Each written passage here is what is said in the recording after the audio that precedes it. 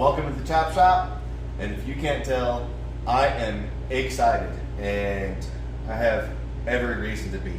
I've been talking about these for like 2 months, and I finally have them. These are my aftermarket heads that I finally purchased, and here in just a second, we're going to check these bad boys out. But first, got the Chop Shop shirt. I mentioned this again probably a month or so ago. I wanted to wear this shirt, wash it, really put it through the ringers, make sure it was going to last. I'm hoping within the next couple weeks or so to maybe finally put these into production. This is just like a oddball cheap shirt that I got from Walmart. I want to give you guys a better quality than this, but mainly the vinyl I wanted to make sure was going to last for you guys. So hopefully in the next couple weeks, like I said, we'll do an actual production run of these. I'd like to get some more stickers and shit made too, so stay tuned for that.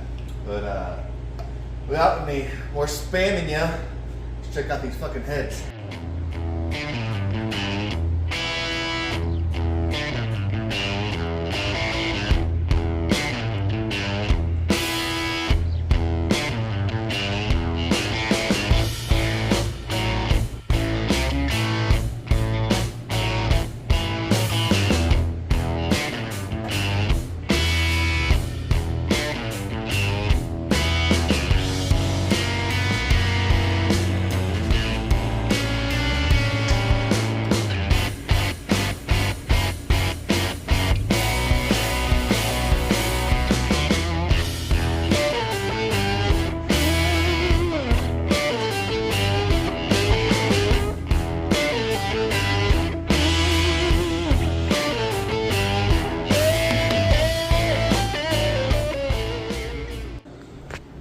Alright guys, hope you enjoyed just that quick little montage. Again, I'm sorry, I'm really excited about these. You know, normally I'm working with trash and just trying to make happen with what I have. So this is like really one of the only like expensive purchases I've ever made for any vehicle I've ever worked on. So I'm genuinely excited about these. But what these are Flowtech. They are the They are the 180cc intake runner, 60cc combustion chamber. They've got the 202 valve size on the intake, 160 on the exhaust. And as you can see in the little montage I did, there is a nice straight shot. You can't really see now without the light on. Do both the intake and exhaust. So these are going to work considerably better than those. And let me get these propped up here. Get a real quick side by side of these. Obviously, this is going to make way more compression, but look at the difference in the valves. I think this is a 178, 150, maybe. But man, just look at the difference in those combustion chambers alone. Significantly larger valves. Let's kind of flip these up. Oh, and the weight difference. Damn, the weight difference. Look at the difference in the exhaust port.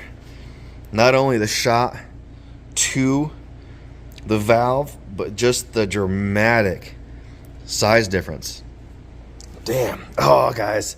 I'm so excited about these. I'm so excited, and I just can't hide it. Also, these heads came mostly pre-assembled, obviously with the little guides here for your push rods. These are going to need to be adjusted to center your rockers, which I don't have yet, but they came with, I'm assuming these are going to be a Flowtech. They might be comp valves, I don't know. They come on here. But these valves, or these valve springs anyways, from the factory will handle 550 lift. And the cam I end up picking was probably going to come pretty close to that. The one I'm currently looking at is actually only 501, so we're not even going to be coming anywhere near like pushing the limits of these springs. I think it'll be a nice happy medium cam, because I definitely want that chop that everyone goes for. But you know, a choppy cam doesn't necessarily mean a cam that's performing as well as it could be. Some of them are literally just for sound.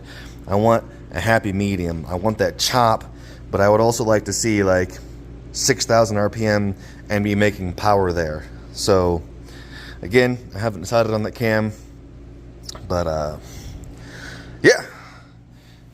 Oh, I'm excited about these. I got my ARP main bolts, my Mal rings for my pistons. I did kind of cheap out on the pistons themselves. These are just a Speed Pro Hyper-Eutectic flat top. See, these are going to help with the compression a little bit too, because Sandy's original, at least in the original 302, were a dished, or not a dished, whatever. Can't think of the term, but they were not a flat top. Actually, I can show you right here in this pile of gunk. So this is Sandy's original piston. So see how there's this little bowl right here, basically. That's going to lower compression. I can actually put them side by side. There we are. So now you can see the difference side by side. Obviously, this guy isn't going to make quite as much compression as this one. Now, I do have to say that the Marine engine that was in there actually did have flat tops. So we're gaining compression over what her original engine would have been, but not necessarily the Marine engine that wasn't in it. But regardless, these are a better piston. They're lighter. I do believe they're stronger. Don't quote me on that. They got our valve reliefs, so we should be good to run a pretty hefty, gnarly cam. Our heads will handle it. Our pistons should clear it. We'll be all right. We're also going to gain compression from our cylinder head. So between the piston and the head, we'll be sitting pretty compression-wise. I don't know the exact compression ratio we'll be sitting at, because, in all honesty, I don't even know how to measure that. So you tell me what you think we're going to be at. 40 over with the flat top valve reliefs, 60 cc compression, combustion chamber. I don't honestly know where that's going to put us at. Straight up honest with you, I don't fucking know. And then as far as our block goes, nothing crazy. This is Sandy's original engine. For those of you that are kind of new to the channel, she was rocking a 79 OMC Marine engine that I slid a comp cam into, and that dual plane intake that's sitting over there, and we just abused it until it died. And died it did. But really nothing fancy here. It's 40 over, 10 under, and I did go through, and I guess you would call it a race prep. I don't really want to consider that. It's just kind of some extra work. I did go through and remove all the sharp edges all the way around, and I didn't get real aggressive with it, but I did go through and just kind of clean up some of the oil drain passages, as well as the only one that I really did kind of go to town on was the front one here. That casting here was so bad that I don't even know how oil would have gotten down this way, to be honest, to get to the timing chain and everything. But I cleaned that up real nice, and that's about it, man. Like I said, I just went through and cleaned up all the oil passages, knocked down all the sharp edges all the way around the block. There were a couple bad castings. I did it forever ago, so I don't remember where they were. I think it was on the other side. There was a real rough casting that I cleaned up. Those are all weak spots, and you know, I want this thing to hang out as long as it can, especially considering I finally coughed up the money to get me some heads. I'm going to have some decent parts in it. I am going to go ARP. I don't know that I'll go studs. I'll probably just go ARP head bolts. They'll be just fine. Probably going to go ahead and get some ARP main bolts, or rod bolts. We are sticking with the stock rods, just swapping pistons. But I've seen engine combinations like this over and over again on YouTube. Make around 350 crank. They get real close to about 300 wheel, just under. I've seen like mainly around like 290, 295. Seems like they don't quite come near 300, but that's going to be fine. It's going to be plenty enough to be ripping burnouts and donuts. That basically stock 302 that was in it was plenty enough for burnouts and donuts. But yeah, that's where we're at with the engine build. Sandy, as you see, kind of just sitting here sad and pathetic. And now, I don't want to put the cart before the horse here, but I'm hoping, I've been making some good runs. I'm really hoping, because I mentioned in a previous video, I'm having issues. I'm going to assume it's just the economy. Everyone's broke as shit.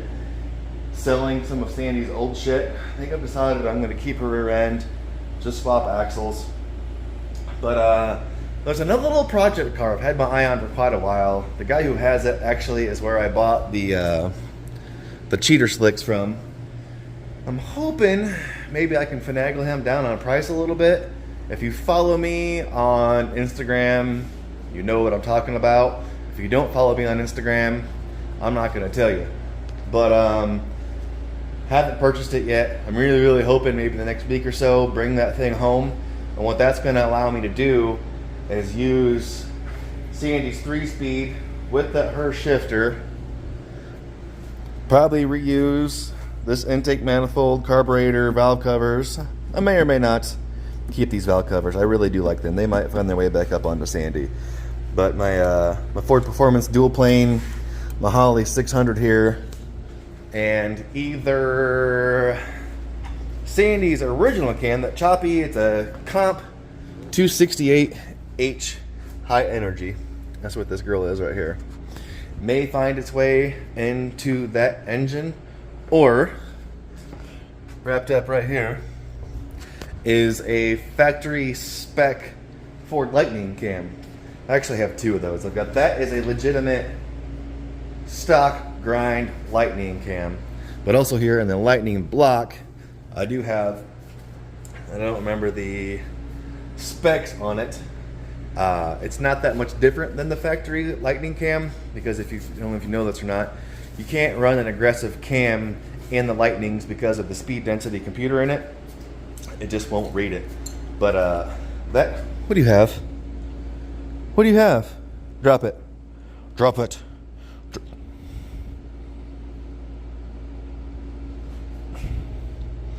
You're ridiculous. You're ridiculous. Don't pick it right back up either. Don't pick it right back up. I see you. I see you. But yeah, that cam that's over there in the Lucy's engine that still needs rebuilt is just ever so. What did I say? Hey, you're a douche. Yeah, cam is just slightly more aggressive, I guess, if you want to say that, than a factory Lightning cam. But they're both obviously 351, 302 HO firing orders, which some people argue with me. And hey, I'm gonna bonk you. I'm gonna bonk you. Quit. Why are you so obsessed with this? This is just an oil cap. Anyway, dog probs. Yeah, so I mean, I don't know. I really like the choppy old 289 firing order cam. Sounds really good. But I don't know if you've ever heard a Lightning running long tube headers, which may or may not find their way onto that car if they fit. If not, I'll probably end up stealing Sandy's shorty headers because we've got a different plan for those. But yeah, I'm basically looking at recycling all of Sandy's old shit and parts I have laying around and dumping them into that car. Bottom dollar, cheap hot rod. Assuming I can bring this thing home. If we keep grinding at work, I don't see any issues bringing it home. And it would be something that I can drive and beat on for a minute, and then I shouldn't have any problem making money off that car with it being a whole ass running car with a handful of performance parts on it, instead of just trying to sell shit separately, which I am not having any luck with. Again, the economy sucks. I get it, but I need the shit out of my way. But that's it, guys. I'm probably gonna be back on the road here within the next couple days, so I was excited about these. Wanted to get you a little video out. So here it is. Happy Thanksgiving. Hope you all have a good one. Thanks for tuning in. Subscribe and share. Again, we're so close to being monetized. Let's do this.